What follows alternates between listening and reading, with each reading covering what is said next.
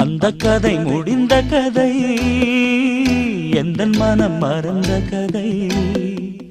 என்ன செய்ய விடுகதை போல் என்னுடைய பிறந்த கதை.